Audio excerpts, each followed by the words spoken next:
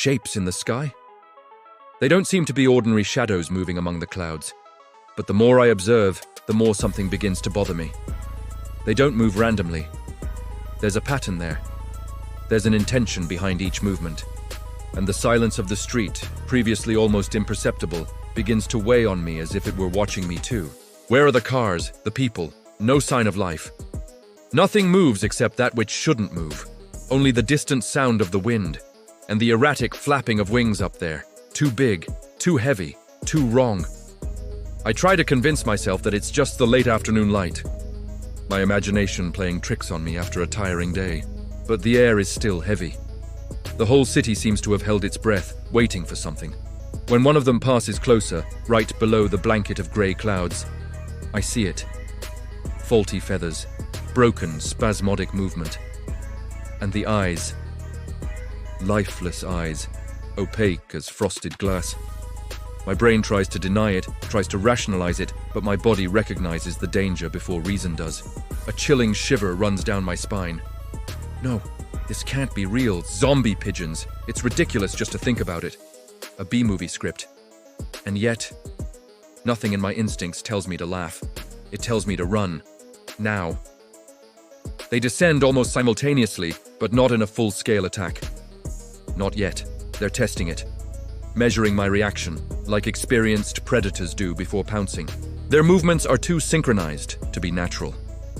There's a collective intelligence there, cold and calculating. When I realize this, it hits me. It's too late. The air changes. It becomes denser. The sound of wings multiplies, a nauseating noise that echoes through the empty buildings. Time to run. There's no more time for doubt, for denial. Only for survival. The sound. It doesn't look like bird droppings. It's more serious, damp, like something heavy cutting through the air with difficulty, but without stopping. It's an organic and rotten sound, promising a slow and terrible end. My chest burns. My legs beg me to stop, to give up. But stopping is not an option. Each step is a small victory against the panic that tries to paralyze me. I need to think while I run. I need to be smarter than them. The city, my city, is now a battlefield. Use the environment. Always use the environment. The city can still help if I'm fast enough. My eyes scan the streets in desperation, searching for anything, any advantage. That big, noisy metal garbage cart near the corner. It's heavy, but I can push it. Noise, weight, metal. It won't hurt them, not really. But it might confuse them. With my last bit of strength, I throw it toward the swarm approaching from the ground. It works. For a moment. Some flinch, startled by the sudden metallic noise. Others hesitate, their heads tilting unnaturally. I gained a second. Perhaps two. A precious advantage. But the swarm doesn't lose focus. It adjusts. It adapts. The intelligence that guides them learns too quickly. Those that were diverted are regrouping with frightening efficiency. The window of opportunity is closing. Now I am surrounded. From above, the sky is black with wings. On the sides, the alleys close in, blocked by fluttering, staggering figures. Ahead, of course, a dead-end street. There's always one. It's a horror movie cliché that becomes real in the worst possible way. Despair threatens to engulf me. But then I see the fire escape, climb up. All that's left is to climb. The metal is cold beneath my hands, slippery, perhaps with the approaching night dew. My hands are trembling. I don't know if from fear or exhaustion. I don't look down. I can't look down. I reach the roof breathless, my heart pounding against my ribs as if it wanted to burst out. For a moment, the world seems to stop. The sound of wings fades, becoming a distant murmur.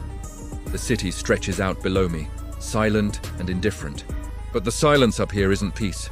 It's expectation. I know that. They're reorganizing themselves, not like frightened animals, like something that learns, analyzes, and plans its next move. My gaze sweeps across the concrete horizon. If I know this city, if I know its secrets and its wounds, I know its weak structures. And there it is, the water tower. Rusty, ancient, a metal skeleton forgotten by time. Unstable. I see the corroded beams, the screws almost loose. It will be a risky bet, a one-time chance.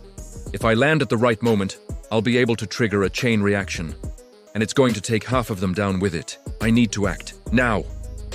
I use my weight against an old antenna, which falls onto a loose air conditioning unit. The city reacts to me. Billboards sway, machines slide, weight against weight. A domino effect of metal and concrete. The noise becomes deafening when the water tower gives way, collapsing onto the neighboring building and taking with it a cloud of dust, debris, and many feathers. Silence returns, this time a little more real, but it's temporary. I know it is, because if pigeons can become this, whether harmless birds can transform into intelligent and ruthless predators. So what else is just waiting, hidden in plain sight, for the right moment to change? The night is only beginning,